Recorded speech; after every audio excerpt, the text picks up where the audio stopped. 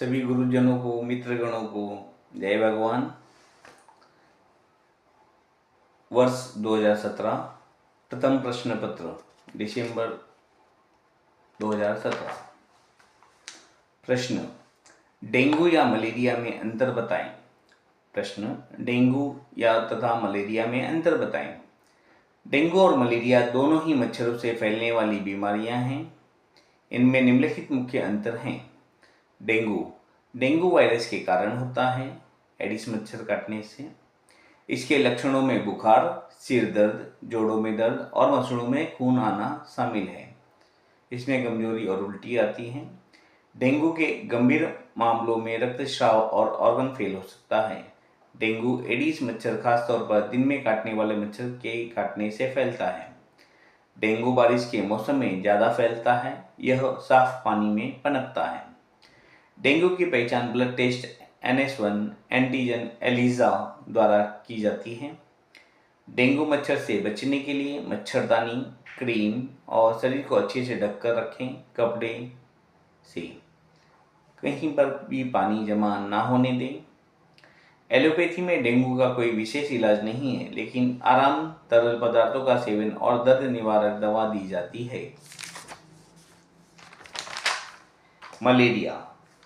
Malaria Plasmodium नामक परजीवी के कारण होता है, जो एनाफिलीज मच्छर जो खासतौर में रात को काटता है से फैलता है। इसके लक्षणों में ठंड लगने के बाद तेज बुखार आना, पसीना आना, सिर दर्द, मांसपेशियों में दर्द, उल्टी व दस्त, कमजोरी और थकान होती है। मलेरिया के गंभीर मामलों में मस्तिष्क की क्षति और मृत्यु भी हो सकती है। मलेरिया भी बारिश के मौसम में ज़्यादा फैलता है, लेकिन मलेरिया के मच्छर गंदे और स्थिर पानी में पनपते हैं। मलेरिया की पहचान ब्लड स्मीयर या रैपिड डायग्नोस्टिक टेस्ट से की जाती है। एलोपैथी में मलेरिया का इलाज एंटी मलेरियल दवाओं से किया जाता है। दोनों बीमारियों के लिए मच्छरों को खत्म करना और उनके प्रजनन को रोकना महत्वपूर्ण है। इसलिए आसपास के परिसर को साफ सुथरा रखें, मच्छरदानी का क्रीम का इस्तेमाल करें, शरीर को कपड़े से अच्छे से ढककर रखें। प्रश्न, प्रदाह और संक्रमण। प्रदाह एवं संक्रमण।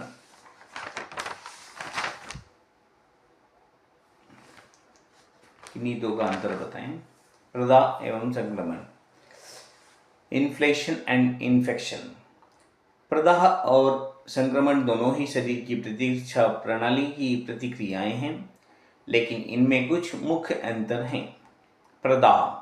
प्रदाह एक प्राकृतिक प्रतिक्रिया है जो किसी भी नुकसान या संक्रमण के प्रति शरीर की प्रतिक्रिया में होती है। किसी चोट, जलन या बाहरी तत्वों से होने वाली क्षति की शारीरिक प्रतिक्रिया है। इसमें प्रभावित क्षेत्र में रक्त प्रवाह बढ़ता है, जिससे लालिमा और गर्मी आती है। सूजन व दर्द महसूस हो सकता है।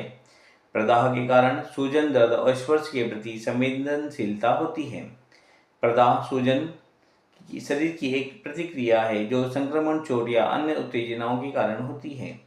यह शरीर की प्राकृतिक प्रतिरक्षा प्रणाली का हिस्सा है और संक्रमण से लड़ने में मदद करता है। सूजन हमेशा किसी संक्रमण से नहीं होती। उदाहरण के लिए, चोट लगने पर भी सूजन हो सकती है। संक्रमण होता है हानिकारक बैक्टीरिया, वायरस, फंगस या परजीवी के कारण के शरीर में प्रवेश करने पर, जहां वह पनपने लगता है। संक्रमण होता है हानिकारक बैक्टीरिया, वायरस, फंगस या परजीवी के शरीर में प्रवेश करने पर, जहां वह पनपने लगता है।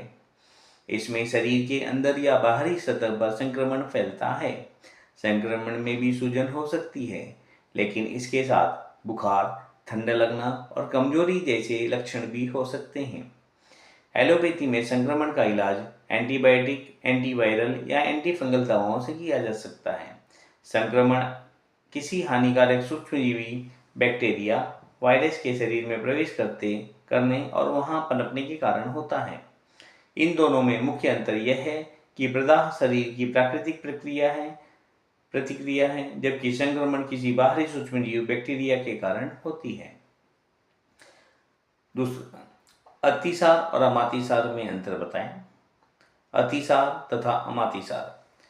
अतिसार और अमातिसार दोनों ही पाचन तंत्र से संबंधित समस्याएं हैं, लेकिन इनमें कुछ मुख्य अंतर हैं। अतिसार अतिसार एक ऐसी स्थिति है जिसमें मल त्याग करने की अधिक बार आवश्यकता होती है। इसमें मल पतला और पानी जैसा होता है। अतिसार के कारण पानी और इलेक्ट्रोलाइट्स की कमी हो सकती है। यह कई कारणों से हो सकता है, जैसे कि संक्रमण, खाद्य विषाक्तता तथा पाचन तंत्र की समस्याएं। अमातिसार अमातिसार एक ऐसी स्थिति है जिसमें मल त्याग करने में परेशानी होती है। इसमें मल सख्त और सूखा होता है। अमातिसार के कारण कब्ज, पेट में दर्द और अन्य समस्याएं हो सकती हैं। यह कई कारणों से हो सकता है, जैसे कि पानी की कमी, फाइबर की कमी या पाचन तंत्र की समस्याएं। इन दोनों में मुख्य अंतर यह है कि अतिसार में मल त्याग अधिक बार होता है, जबकि अमातिसार में मल त्याग करने में परेशानी होती है। रक्तचाप क्या है? अंतर्राष्ट्रीय मानक स्तर लिखें। उच्च रक्तचाप का प्राकृतिक व योग द्वारा उपचार का वर्णन करें। उत्तर: रक्तचाप एक सामान्य स्वास्थ्य समस्या है जिसमें रक्तवाहिकाओं में रक्त का दबाव बढ़ जाता है। यह दबाव रक्तचाप मीटर की सहायता से मापा जाता है, जिस यंत्र को स्फिग्नोमीटर कहा जाता है।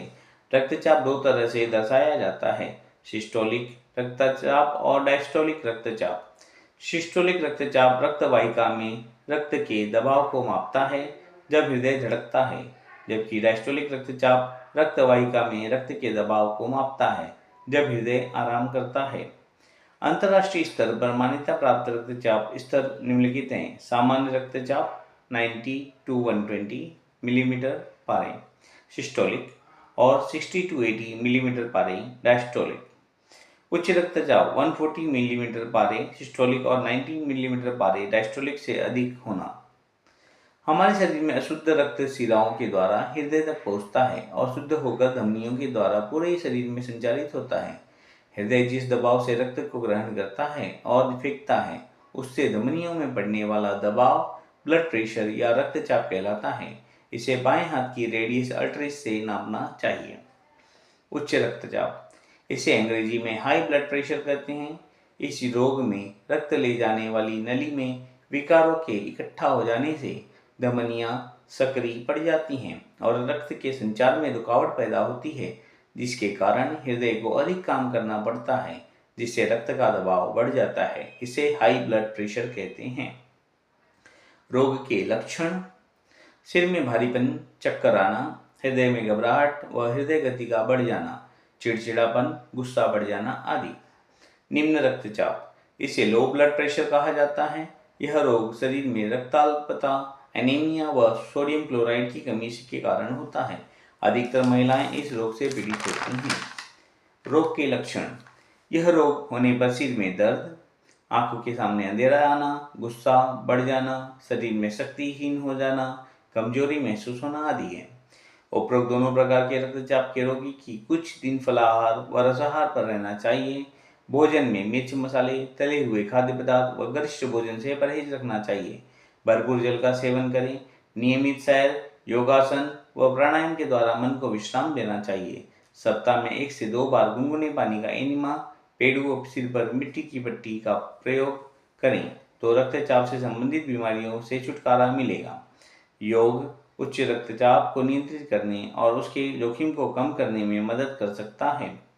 शवासन, यह आसन आराम और तनाव कम करने में मददगार है। पश्चिमोत्तानासन, उत्तानासन, सेतुबंधासन, वज्रासन, भुजंगासन, अधोमुख शवासन, सर्वांगासन, शीर्षासन, ये आसन रक्तचाप को नियंत्रित करने में मददगार हैं। प्राणायाम जैसे कि भस्त्रिका, कपालभाति और अनुलोम विलोम की भी रक्तचाप नियंत्रण में मददगार है।